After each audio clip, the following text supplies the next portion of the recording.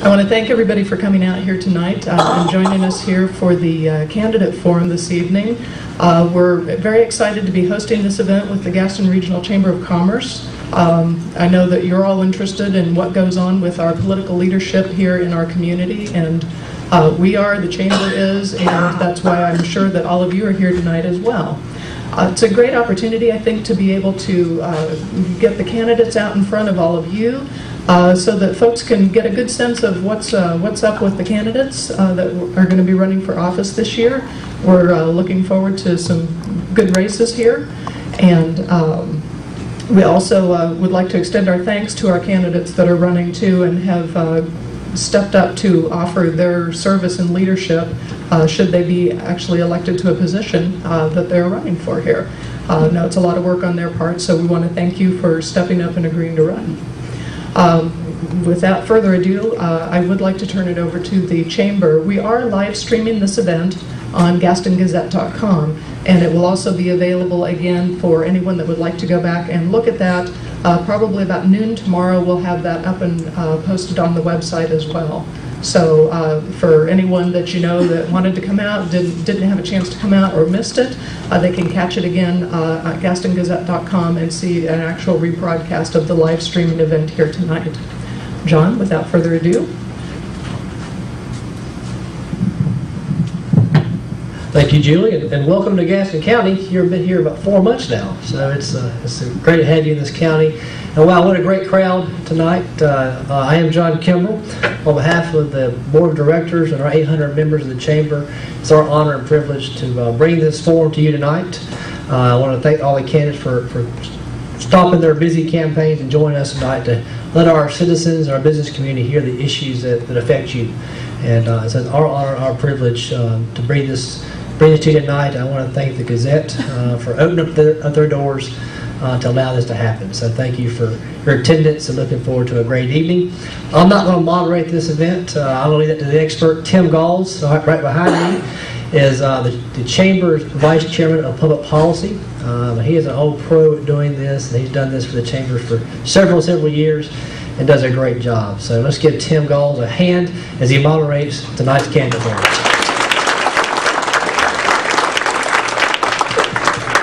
Thanks, folks. Is the sound system working okay? Thank you for being here. And I think the applause is really for the candidates for being here. Candidates, thanks for what you're doing here tonight. And we're all going to get some education and understanding about their thoughts. And you're going to hear from these folks on a lot of topics. And again, these are the folks that are going to represent you in the legislature in Raleigh. They're going to determine what your quality of life is. They're going to make decisions that influence Gaston County, and they're going to keep us safe. We've got 2 segments to the forum. We've got the state level segment. We're going to try to complete that in about an hour. And then we have the county level segment, and we've got an hour allocated to that as well. We've got a format that's pretty diverse. I think you'll enjoy it and learn from it, and I'm going to go over the process with you right now. Each candidate will begin with opening remarks, and they will each have 4 minutes to talk about themselves, to talk about their priorities, and what they'll do if they're elected. A couple of our candidates are unopposed in this election, but they wanted to use this opportunity tonight to tell you, give you their thoughts on what they want to do when they go to Raleigh. John Corbett is one of those candidates. Bill Current wanted to be here with us tonight, and I know that he really had a travel conflict. He may come in later, but he warned us that he may not be able to get back in time. So John, thank you for being here. We're looking forward to hearing from you tonight. And even though we know that John is unopposed, but we'll hear some good comments. After the 4-minute round, we've got what we call the lightning round. No prizes, but I've got a series of questions that were submitted by you and by the readers of the Gaston Gazette. We've taken those questions and we have attempted to round them out so that they cover a lot of different topics, and we're asking the candidates to respond to them very quickly so that we can get through a lot of questions, because it's going to be hard to do all this in an hour. But the lightning round is 30 seconds. And then we've got an opportunity for each candidate to ask his or her opponent a question, if they so choose. And they can choose to pass if they want to. And finally, in the 4th segment, we'll give each candidate an opportunity to make a closing statement, and that's a 1-minute closing statement. We'll take a break. We'll bring our county candidates in. If we have time, we'll have an opportunity for you to ask questions as well. Okay? So with that, let me introduce our candidates. Representing 43rd Senate seat, Jim Long and Kathy Harrington. The running for the House, 110th District, John Aker, Kelly Hastings. Gentlemen, thank you for being here. And of course, we've introduced John. So let's get started. John Torbett.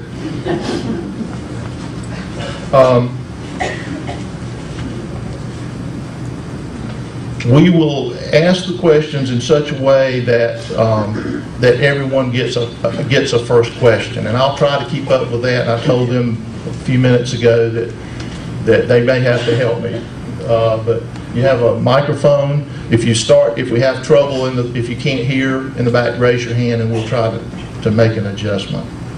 Okay, so we'll start with Jim and we'll go right down the row and ask Jim to tell us about himself and his candidacy. First of all, I want you to know that my roots go very deep in Gaston County and Cleveland County. My 5 times great-grandfather and his son are on the listing at the Battle of Kings Mountain. They were mountain men.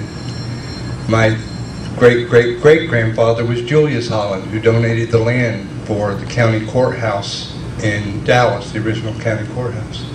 So my roots go deep here, and I care very much about this district. I had a chance to do quite a bit of travel, and I returned home after surviving an earthquake in 1994. And it was kind of a bit of a culture shock moving back home. But I was disappointed with the lack of progress that I saw here and the divisions among people. And I decided to run for city council in Bessemer City. And I was asked to do that. It wasn't my idea. At first they told me, I thought, were you nuts? I had no interest. But I started working as a city council member. I attended the North Carolina School of Government, and I learned a lot about governing and about being on a city council or any governing board. And I've learned that you have to balance 4 priorities. You have to balance community. You have to balance prosperity and liberty and justice. Without at least 2 of those elements, you cannot govern fairly. Like I said, I care passionately about what I'm doing. I see this as a job to represent everyone. I will be about bringing people together. I will be about finding our common ground, because there's been too much division and too much bickering. And we will not survive and we will not get ahead if we do not reach our common ground and move forward. For this is a great county. Thank you, sir.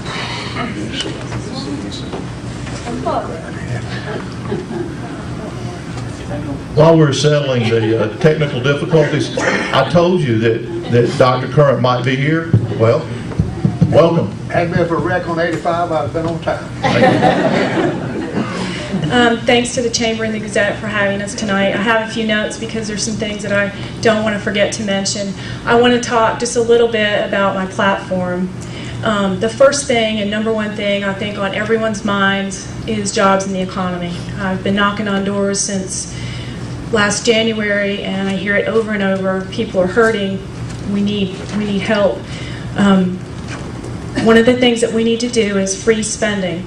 We need to take a look at duplicate services and see that we get accountability from each department. I want to see every department show where every dime is going in the North Carolina budget. We need to cut taxes so people can keep more of the money that they work so hard for. When you have more money in your pocket, you spend more money, and that's what gets the economy going. It's very simple.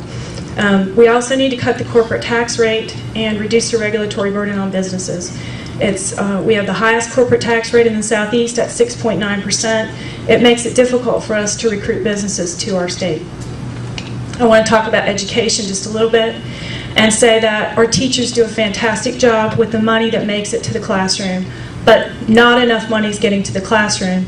We are funding the bureaucracy and not the teachers and the students. We need to see that more money gets to the classroom. 38% of our state's budget goes to K-12 education. The teachers need the tools to get to them so that they can teach the students. In an effort to stem our 30% dropout rate, I will support a career technical high school option for students so that they can graduate. The ones that are not going to a four-year school can graduate with their high school diploma and some type of a certificate. They can go right into the workforce and immediately have a job and be productive citizens. A very strong supporter of school choice and think that parents are the ones that can best choose where their students should go to school. I will work to remove the cap on charter schools. I support homeschools, and we'll work to see that parents have more school choice. The last thing I want to talk about is roads and infrastructure. The first thing we need to do is eliminate the transfer of the money out of the Highway Trust Fund into the general operating budget. Gaston County has some very pressing road needs, 321 and 85 interchange, the narrowing of 321 in Belmont, and the Dallas-Cherryville Highway. For far too long, Gaston County's been next to last in getting our fair share of road money back. We're 99th out of 100 counties for getting our fair share back. For every dollar we send to Raleigh, only 43 cents comes back to our county. Yet some counties out east get over 100% back. That makes us a donor county to them. If I'm elected, I will fight to see that the funding formula is revised and we start getting our fair share. Thank you. Okay, thank you. John? Thank you. I'm John Aker. I was born in the hospital in Lincolnton in 1949, 61 years ago. I came home to the family farm in Cherryville and been there since for those years. I believe in government, and I believe government can help and serve people and improve our lives. We use it as a vehicle to do that. I've served 22 years on the Gaston County Board of Education. I think we've made a lot of progress in those years. We have a long way to go, but it's slow haul sometimes. But I think we have a continuous record pretty much of progress. I think that I believe that most movements die of their own excesses other than their enemies, and that the Democratic Party may sometimes go too far in showing what they can do, trying to provide services. But I don't think there's any time to cut service. One thing that guides me too is protecting the people that we have. And Gaston County and Cleveland County, where my district straddles the county line, has precincts in both districts. The public education systems are the largest employers in both of those counties.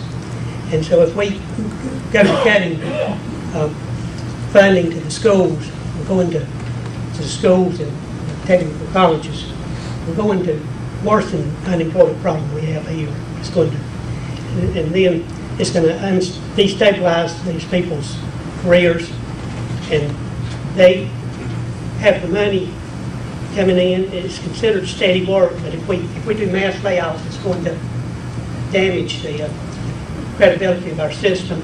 It's going to cause these people not to have good credit ratings and be able to buy homes and cars at the price they can now because their rating prices will go up. And I just like to say that the school system, it's not time to cut the school system. Instead of just take for a while. Thank you. Kelly? Well, first of all, before any rumors start, I am married and I'm not separated, but I've lost my third wedding band. So I am having a few problems at home, and they're expensive these days. First of all, I want to thank the Gazette and the Chamber. And I also want to say that I really don't have a lot to say about myself tonight. I'm thankful for my family, my wife, my daughter. And most of all, I'm thankful for the constituents in House District 110, the taxpayers. There are very few minutes of the day that I don't consider what I do in the future and how it will affect the taxpayers of House District 110. So I'll give you a brief overview of some of the issues I'm concerned with, and then we'll go into detail later. First of all, I'm for lower taxes, less spending, less crime, an education system that prepares our children for the 21st century. I have some special interests. I definitely will support stiffer penalties for child molesters. I also plan to do everything I can on the state level to fight illegal immigration.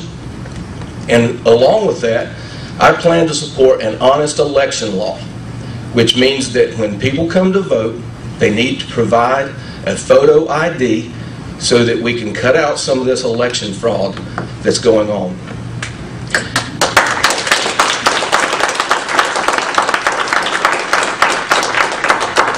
Some of the other issues I support: life, liberty, private property, the Second Amendment, and traditional marriage, and that means between one man and one woman. If you need to know more, you can visit my website at kellyhastings.com. Good evening, ladies and gentlemen. I'm John Torbett. I'm 54 years old, and I've been married to my dream girl, Vidya. This is our 30th year. We're kind of celebrating it all year long, so she's going to get mad at me for saying that. But any woman that can put up with me for 30 years, thank you. God knows it's tough. Vidya, by the way, thank you for allowing me to do the things that I do as well. Guys, this is it. The country's in what I believe is a sad shape. I think we have the capability, we, the people, have the capability of turning it around. It's coming. It's right around the corner. What we have to do is many of the things that Kelly, Kathy, and some of the others mentioned here this evening is that we've got to be so mindful of every dollar that taxpayer sends to government to do something with. That isn't government dollars. That's your dollars. It's come out of your pocket. It's come out of your children's college fund. It's come out of your retirement money. We have to be ever so mindful. I like what Kelly said. You know, hardly a day or a minute or an hour go by and you say, how is what we're doing affecting our fellow people? Tim mentioned the quality of life. I don't focus on quality of life. I want to focus on the quality of your livelihoods. So we can get folks back to work, let them earn money, let them raise their kids, and let them buy the things that they want to buy, improving upon their livelihoods. You guys will improve your quality of life. That's what we're working towards. For lower taxation, we have to. I think Kathy on the Senate side mentioned stopping. Who in here hasn't ever heard that the quickest way out of a hole is first stop digging? Well, I can tell you right now, the House caucus members, and I hate to be partisan, but I'm going to tell you what I know. On the Republican side of the House, we've already spun this around and come up with a 100-day plan that will pretty much stop the spending and take it back to 2008 level. That's not the fix, but that's the stop. And then we will work feverishly to provide the fix. I'm not a Band-Aid guy. I'm a fix guy. And that's why I'm going to Raleigh. Before I end, thank you above anything else for allowing me to serve you for what will be 8 years, 2 years as your county commissioner. That has been probably the most awe-inspiring portion of my life, dealing with everything from a neighbor's dog has gone into their other neighbor's yard to trying to keep government from exploding and spending and working with neighborhoods of $235 million and everything in between. And you may not think there's any gratitude that comes with that, but I guarantee you that phone call that you get where a gentleman or a young lady or an older lady tells you, "Commissioner, thank you so much, you helped me." That's the pay. Can't tell you what we make, but that's the pay. That is the actual pay. Thank y'all, and look forward to the questions. And now I'll hand the mic to one of my mentors, Doctor. When you get my age, you're everybody's mentor. Anyway, it's nice to be here. I haven't heard anything yet I didn't totally agree with. And I had a fascinating day today. They had a conference on water down in Raleigh. And I heard Carl Stewart some 30, 35 years ago say water would be one of the biggest problems that we would have to deal with. We've got enough water, thank the good Lord that gave it to us, but we've got some problems in how we're using it, and it's going to be a major problem in a lot of different ways. But I just want to express to you that keep your eyes and ears open, because that is going to be a big issue. Now, obviously, the issue we've got going back down to Raleigh, we're going to need your prayers and your help and your ideas, because we're going to be several $1 billion short. With adversity comes opportunity, though, and that means that when we do the fixes that John was talking about, we can maybe zero-based budget, start all over, and the things that the different departments of your government are supposed to do, we'll make sure we're getting a bang for our buck. The one thing I would hope this term that we can improve on, regardless of who is elected, is the integrity of the individuals that have the honor to serve you. That has bothered me greatly to see the courts busy trying to fix things that people should have never done in the first place. And I think if we can, this next term, bring integrity back where it should be for the honor of serving in that great institution, it would be well worth our efforts, each and every one of us. So I appreciate the fact that I'm going to have another opportunity to go down there. With your help, I'll help these people. And Kelly, we filed that bill 3 times, voter ID, Tim Moore and I want you on there with us this time. We'll get it done. Thank you very much for allowing me to be here, and I'm glad I made it home on I-85. It's a dangerous track. Okay, thank you, candidates. Those are good responses, good opening remarks. Okay, now we're going to go to the lightning round. And again, we'll try to, because we have a number of questions, we want you to try to be as succinct as possible, rapid response, and I hope the microphone gets hot in your hand. Here's the first question, and Kathy, you're going to get the first one because we're going to start the rotation. And then we'll continue that rotation so that everybody gets the first opportunity. This has to do with the budget gap that we've all heard about that's coming, or is here, and it's going to continue. Lawmakers face a likely $3 billion budget gap next year. How do you propose bridging that gap? Do you support tax increases, budget cuts, or a combination of the two? And if you favor budget cuts, which items in the budget do you think should be considered for a cut? I would say that I will not favor any tax increases. I do think we need to cut taxes. With regard to what needs to be cut in the budget, until I could see the budget and where the money's going, I can't speak directly to that. I would say that we need to go in there, take a look at duplicate services and eliminate those, and make everyone be accountable. Every department has to be accountable for every penny it spends. It is your money. Thank you. Okay, thank you. Okay, John? I would not relish the idea of having tax increase, but I think we have to evaluate the facts, not the hypothesis. And if there are things that I would increase taxes to pay for, but I hope we don't have to do that. But I don't have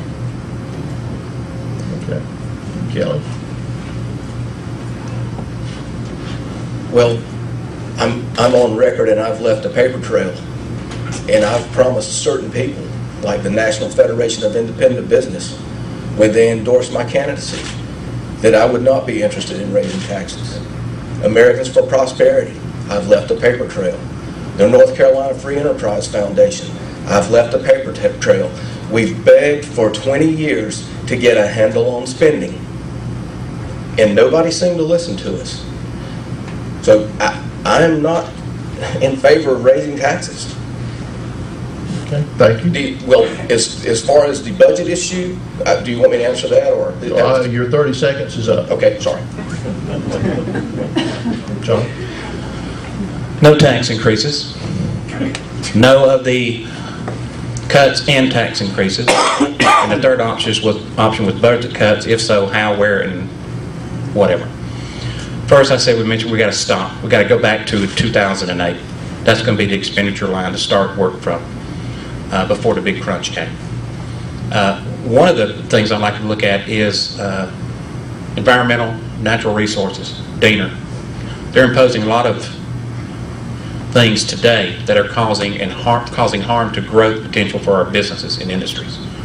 We have to look at that and have to reduce that. Okay, thank you. Dr. Curran? Well, it's going to be interesting to see the governor's budget. You know, she's requested everybody to do a 15% cut. And I think that will start my real looking into it when she presents it. It'll come to the House this time first, and then it goes to the Senate after we get through addressing it. One thing, I've always said, I've signed the tax pledge in other times. This year I did not. And the reason being, if we get in there and cut and cut and cut, I mean cut, not increases, but cut sinew out of the past budgets, it may be necessary to leave the sales tax penny in or something like, which I would favor. So I'm not putting myself in a box, because the Constitution says we must balance our budget. And the least painful way to do that, I think, is with some sales tax. I hope we won't have to do it, but I'm not locking myself into a box of saying I won't do it. If we have to do it, I'll vote to do it. Okay, and we're back to Jim. I concur with Dr. Curran that we need a zero-based budget. And I think we need to take a look at the hard reality. What I would like to do is see the freeze on spending, but I want to get rid of the food tax. That's one tax I want to get rid of. That you should pay taxes on the food you go to the grocery store and buy it. I want to get rid of that. There are places, it's not really raising taxes, but there are services where people are not paying taxes, like on internet goods. You can finish a sentence if you want to. I just want to say, and services like grooming services, and people are not paying taxes on that. And if they can afford to have their dog groomed, they can pay a tax on it. Okay, thank you. All right, let's go to the second question. And this time, John, you get the first response. About $1 billion in sales and income tax increases enacted in 2009 are scheduled to expire in June of next year. Do you support extending those taxes, or do you support allowing them to expire? It would depend on the options available. It would depend on the options available to, if there's a, I think that probably those were figured out to be the best sources of revenue in a shortage, and they serve that purpose. And I don't see the situation solving itself where we would be able to lower the budget much more. And so I think that those are fair things to consider, continue, that we could come up with other options like a surcharge or something on the income tax. But if we have to have the money, it's got to come from somewhere. There's about much logical places to get it. Okay, now, the surcharge that he was referring to, you know, we all had a surcharge on our income tax this year, and we also have a 2-year penny, that additional sales tax of a penny that's subject to expire this coming June 30th of next year. Okay? Kelly? Yes, and I would like to remind John, in Cleveland County the other night, he endorsed keeping the sales tax in place. If you'll take just a few minutes and look at the state auditor's website over the last 8 years, you will see that this government has been overrun by rampant waste, fraud, and abuse. Period.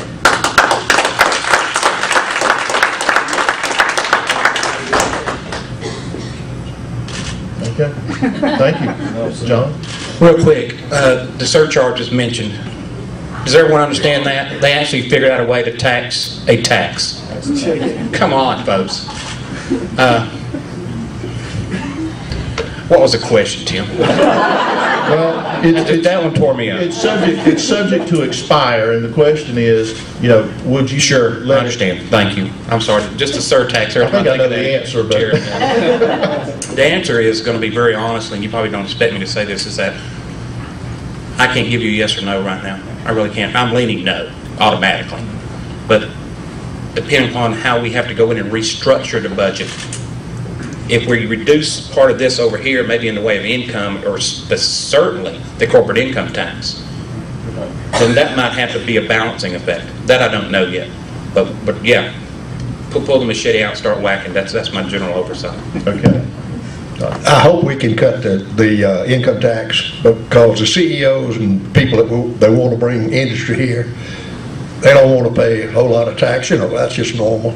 They don't want to pay the highest corporate income taxes, and we need to get that back down. Well, Doctor, what about the two items in the question, are the surcharge and the penny?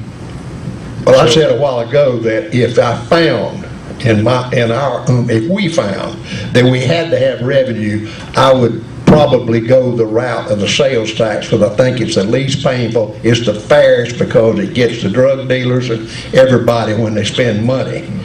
And the present system, a lot of people use loopholes and don't pay the tax, and that's just the reason I'm making that reservation. Okay. Is that clear? Yes, sir. Thank you. Okay. Let's see. We need to come back to Jim.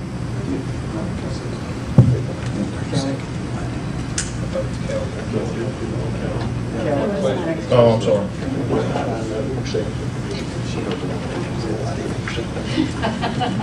All right, everybody's had a chance to answer that. All right, Kelly, do you support or oppose providing cash or tax incentives to lure corporations to locate in North Carolina?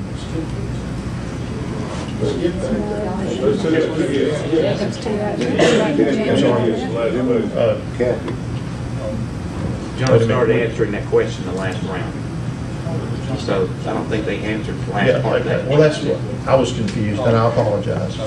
We need to give you. John started, so we need to give you and Kathy a chance to answer the question. I'm not going to make any promises I can't keep. One thing I would like to see, and I agree that sales taxes are the fairest tax, but I want to know where the money's going. And I'm foreseeing that the penny of our sales tax comes directly back to the county for a major roads project. I will not vote for any tax increases, nor will I vote to extend any taxes. Okay, thank you. All right, now we're back to our third question, and this time Kelly starts. And this is the question about tax incentives. Would you support or oppose providing cash or tax incentives to lure corporations to locate here in North Carolina? Well, first of all, our state constitution puts a restriction on the type of cash incentive we can do. It differs whether we base it on property or whether we base it on another item. So the Constitution mandates that. Economic development law in North Carolina will explain that very issue. As it stands now, it is legal in North Carolina to provide that. However, I would say with this caveat, if we're going to extend these types of incentives to multinational corporations, we need to make it available to our small independent business owners and sole proprietors in House District 110. Okay, thank you. John? The way the game's played now with incentives, I think we have to continue the way the game's played, all the while working on a way to remove them. I think if by reducing corporate income tax, personal tax, personal income, and work on that we can make North Carolina have our tax structure be the incentive to lure companies in. We have to focus from that, and as all the while we're reducing our taxes, we're pulling out of the incentive game. I truly dislike and abhor incentives. However, we're in a game that we can't do anything about. I wish Congress would pass legislation that would totally make it illegal to have. Why are we competing state to state when we're trying to compete with the whole world? It doesn't make sense to me. And if we're going to have them, they should be for those people that are already existing businesses just as well. Okay, thank you. Jim? I don't disagree with anything that's been said so far. We did give incentives to Dole International for coming here to Gaston County. We have given incentives, but I agree we need to get out of that game, lower the corporate tax rate to encourage businesses to come here. I don't support giving money and incentives to outside businesses to locate in North Carolina. I think we need to cut the corporate tax rate and level the playing field for all businesses in North Carolina. Once we're a business-friendly state, then jobs and businesses will come here. Okay, thank you. John? I think to help get us out of the crisis we're in now, that I would agree to some things to allow the incentives. But I want us to make rules that assure us that they're going to continue to stay here until their contracts are fulfilled anyway, and think in terms of what's going to happen when they leave, because a lot of them do leave and leave you with a lot of empty space, warehouses and things like that. But I would favor things Dr. Curran said about spending money on businesses that are home-owned and local businesses. That's the key. Right now we have to do things to get jobs, but the key to having successful economy is having home-owned business. Okay, thank you. Thank you for those responses. Now, that, John, you'll have this first opportunity here for this question. And do you favor changing the state's involuntary annexation law to allow residents in targeted annexed areas to have a referendum on the matter? Yes. Very good. Bill? Ask the question again, so I'll make sure I got it. Okay, do you favor changing the state's involuntary annexation law to allow residents in targeted areas subject to being annexed to have a referendum on the matter before they're annexed? I think that's the only fair thing to do. However, we need to consider municipalities' rights to grow. We don't want to end up like Richmond, Virginia, or some of the other cities that have gotten themselves in that box. This is a very difficult issue, and it came up last time. The House passed a bill relating to it. The Senate didn't. It'll be back, and I do think the people that are going to be annexed, and number one, we shouldn't skip over the poor folks and not give them what they're entitled to, to being annexed. Where this leapfrogging has got to stop. You shouldn't just take in people that have the money to pay the taxes and provide the services, number one, too. Okay, thank you. Jim? Yes. Okay. All right. I think the property owners should have a vote. Okay. John? I think that annexation should have its limits, and there should be options for people to have rather than being annexed. But, details I don't have right now, but I believe in people's right to not be annexed if they have valid reasons not to be. Okay. Kelly? I support any move that will enhance private property rights and protect the taxpayers. And just to clarify, I do not support a sales tax increase or leaving it in place, and I am sad that we have to be involved in incentives in North Carolina. Okay. Thank you for those responses. Dr. Curran, you'll have the first opportunity here on this next question. Do you favor or oppose giving state and local government employees collective bargaining rights? No. This is why we call it the lightning round. Jim? Yes. Oppose. John? Yes. Okay. When you say yes, you favor or oppose? Oh, You favor or oppose giving state and local government employees collective bargaining rights? You favor giving them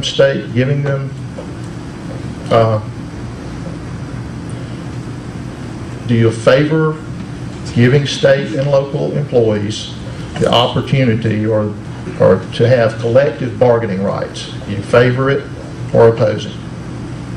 I would oppose it. Okay. No, sir. Thank you. I don't have to waffle around and think about it. I oppose collective bargaining, and I think unions will also hurt our private businesses. Okay. Oppose. Thank you. All right. That was pretty fast. This time, we're back to you, Jim, with the first question here. How do you feel about children who came into the country with their parents illegally attending North Carolina public community colleges and universities? If you're here illegally, go home.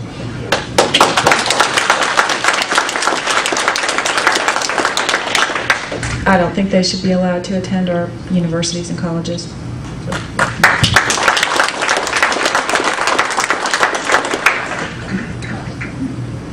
I believe in enforcing the law. It lies in what is legal and what's not. Okay. The operative word is it's illegal, and I would not support it. Would you care to guess? The answer is no. I'll make it unanimous. Okay. Okay, and so Kathy, you get the first opportunity to respond to this question. Do you favor or oppose the death penalty? Are there changes to current laws or procedures that you would like to see that might further your position on this? I favor the death penalty.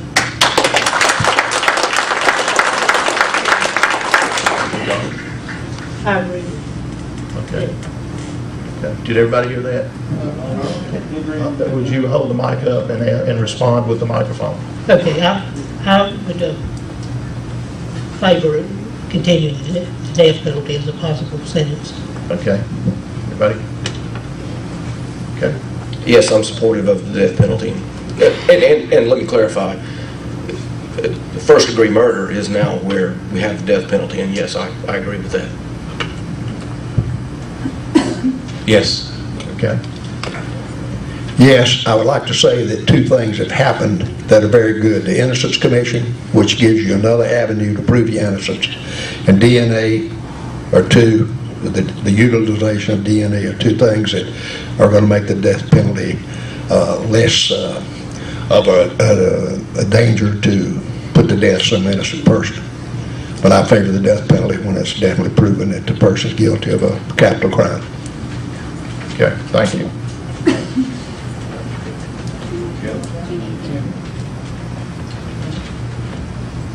Difficult to do in a short time, but what I want to say, I've read cases, and there are times when I've said to myself, I will volunteer to pull the switch. However, my concerns about executing an innocent person go deep.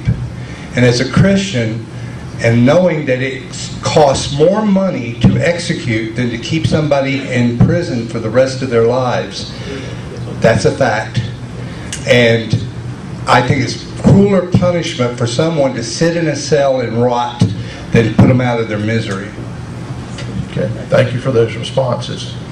Now, let's see, we're to John now with the first question, first response. Yeah. Lawmakers and state officials have studied overhauling the state's tax system by broadening the sales tax to cover many services that are now exempt. Would you favor such an approach?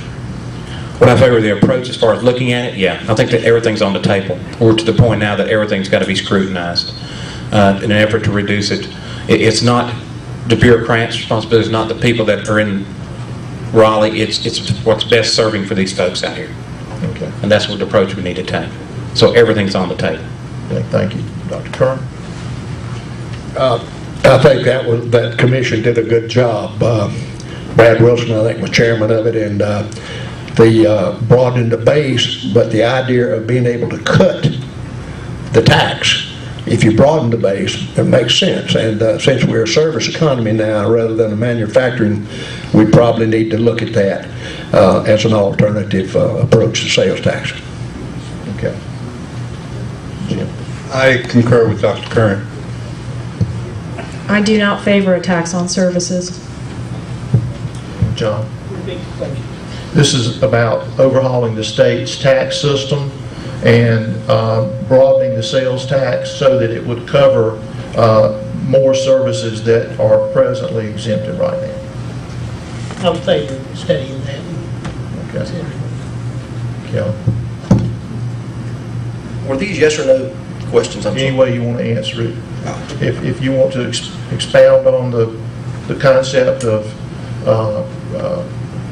modifying the tax system in North Carolina, please do so. Well, I'm not in favor of a tax on services, and I made that commitment to certain pro-business groups that I would not be, and I put that in writing, and I plan to keep my word. That's one of the reasons I received the endorsement of the National Federation of Independent Business. I keep my word. Okay. And let's see, the last question in this lightning round. Let's see, I think I got out of track here a little bit a minute ago, but that's okay. Dr. Curran, would you lead us off on this question? And this is, again, this is about education. What changes, if any, would you try to implement in the state's public schools? Broad question. Is this K through 12? And yes. I would give more opportunity in K through 12 charter schools and other alternatives. I would work on these programs that allow students like our great high school out here that's gotten these awards. Those programs so the smarter, the kids that can do better have an opportunity to do better and give more options to technical training and so forth. In the lower schools and higher education, I think Erskine Bowles got it right when he said it's time to quit building buildings and start fixing up what we have, and the quality of what we teach should be improved and not necessarily so much bricks and mortar. Okay, thank you. Jim? I would expand technology and innovation in schools so that more kids could do online classes and lower the size of the classrooms. I would also like to see us work harder on keeping kids in schools. Our dropout rate is just too high, and I would look for mentoring programs and peer counseling programs and take kids from good, stable homes and utilize them to help with the 40% of kids who are being bounced around from house to house and are at risk of dropping out of school. Okay, thank you. I would like to see the career technical high school option added, and so that those students that are at risk of dropping out or don't have an intention to go to a four-year school have an opportunity to graduate and go right into the workforce. John? I think the greatest idea we have now is the seamless transition from the high school to the community college or regular colleges, where students can get their credits while they're working on their high school. And I had a nephew in Raleigh that went to college with 28 hours of college credits he'd earned while he was still technically in high school. So this reduces the load on personnel because they're not having to, we wouldn't have to hire as many people. And I think that it's it's a good program, and it saves money, and that's what I've been talking about. Okay, thank you. Well, I'm a licensed teacher. I spend a lot of time in the classroom. I wish I could snap my finger and put every child in a household where they have a loving parent or guardian that sticks with them and makes them study. But I can't solve that. But I support charter schools, and I also support funding education in the classroom instead of bureaucrats in Raleigh and Washington, D.C.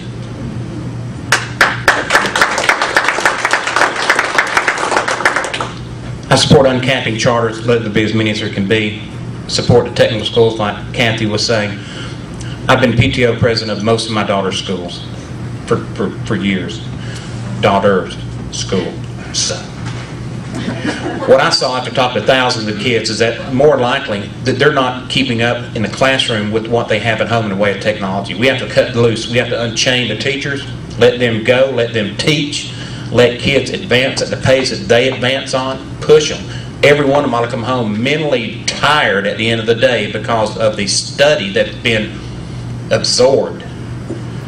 And like I say, just cut them loose. Let the teachers teach, get rid of the bureaucratic mess, and put the money back where it does the best service, down the classroom level. Okay. Thank you for those responses. Now that concludes this lightning round, and at this time, as I shared with you earlier, we'll give each candidate who has an opponent here tonight an opportunity to ask a question of their opponent, if they so choose. So we'll start right here. Jim, do you have a question for Kathy? Ladies first. I do. I have a question for you. I thought of that. Microphone. Oh, I have a question. A lot of people concerned about the high cost of elections, that it currently is estimated between that North Carolina Senate seat costs between $65,000 and $125,000. That gives very few people an opportunity to participate in the electoral process. Do you favor some sort of campaign finance reform, and what would that look like?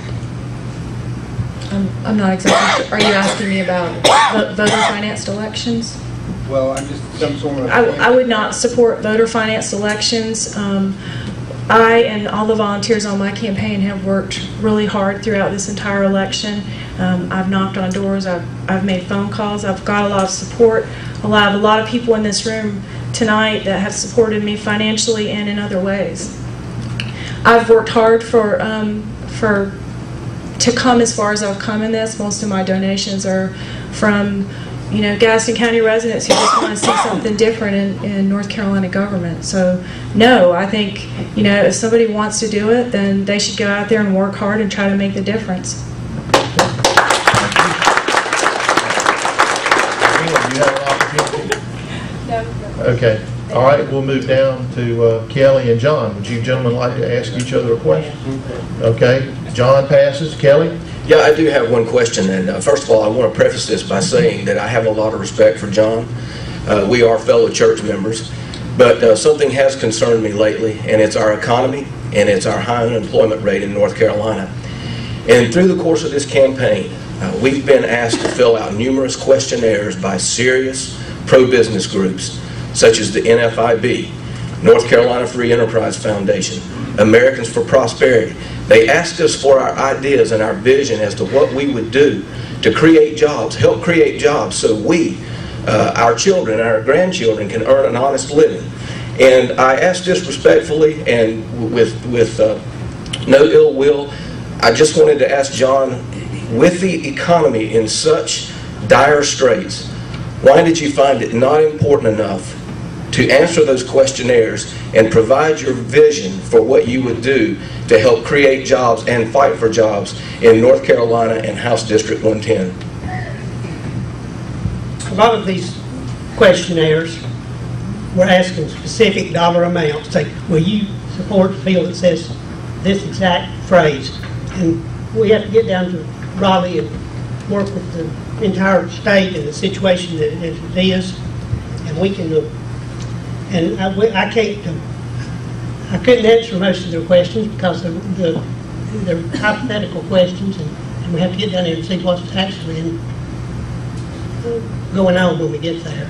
And I could answer questions which I generally favor or that kind of thing, but most of them wanted specific yes or no's on the questions, and I just didn't feel the need to answer those. Thank you for those responses. John and Bill, we're not going to let y'all do this. Well, Bill wanted me to ask him a question. Do you favor campaign finance reform? I have filed a bill 3 times to limit the amount of money that you can give to a political party and how much a political party can give the county. And that's why we're having trouble with Raleigh right now. Thank you, John. All right. So now you want to ask him a question? Will you help me get that bill passed?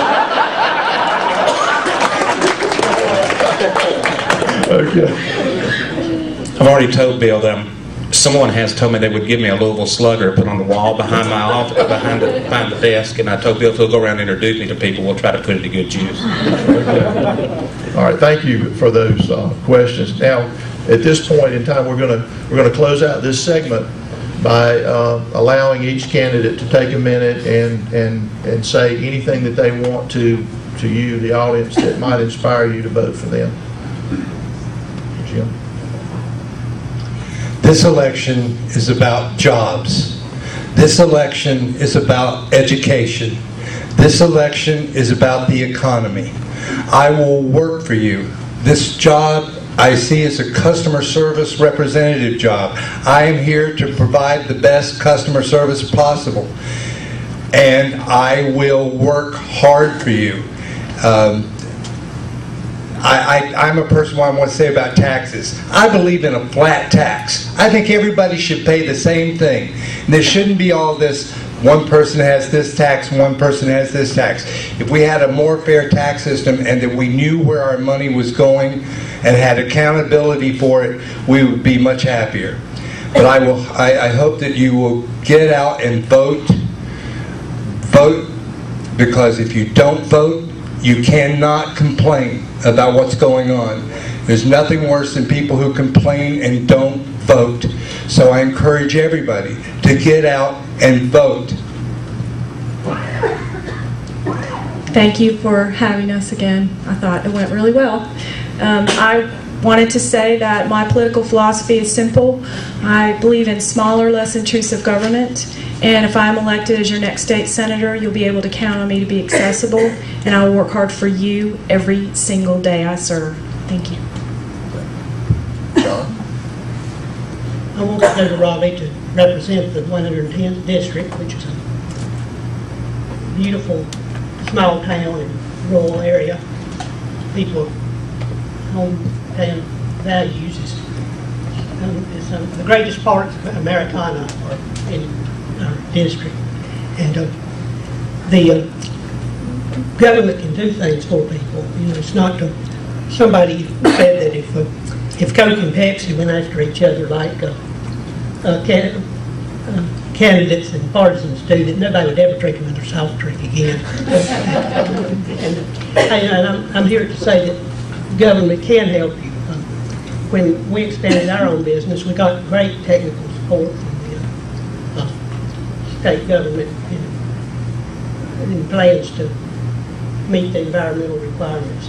I think the basic problem with our unemployment situation is that free trade laws were based on these governments that we trade with, ensuring that their people have decent incomes and create a clean environment. And we're not enforcing those laws, and that's why we can't be competitive. If we would enforce the environmental and human resource trade laws with other countries, then they couldn't compete with us in North Carolina, and we could have businesses again. Well, I want to thank, again, the Chamber and the Gazette. And not a lot has changed for me over the years. I'm still for lower taxes, less spending, less crime, economic development, and a sound basic education that prepares our children for the 21st century. And as I said earlier, I have a few special points of interest. One of those is stiffer penalties for child molesters. The other is to do all I can to fight illegal immigration on the state level. And as I said earlier, I plan to support the honest election law, which requires a valid photo ID before voting. I also support constitutional principles like life, liberty, private property rights, Second Amendment rights, and I do support traditional marriage. If you need to find out more, please visit kellyhastings.com. If you live in House District 110, I would politely ask for your support and your votes. Thank you. John? Ladies and gentlemen, I'm going to make you this promise, and I've thought about this long and hard. When I get to Raleigh, and thank you for that, there's going to be a door, and that door goes to an office. On the front of that door, it's going to say, "This is the office of the people of the 108th House District of North Carolina." It's going to be your office, not be my office. It's not the guy's office before me. It's not the guy's office before him. It's your office. At any time, you get in touch with me at home, you get in touch with me there for any need. This country and this state has been heading for the precipice for far too long. And it's been dragging all of its citizens behind them. It's time the citizens say, stop, change direction. Let's go to that brighter horizon. It's out there. We've done it. We've changed it every time. We've changed it after every great war this country's been through, and we've changed it the people after every great and dreadful time in our nation's history economically. The people have done it. Government hadn't done it. Government hadn't done it. Stay involved. Go vote.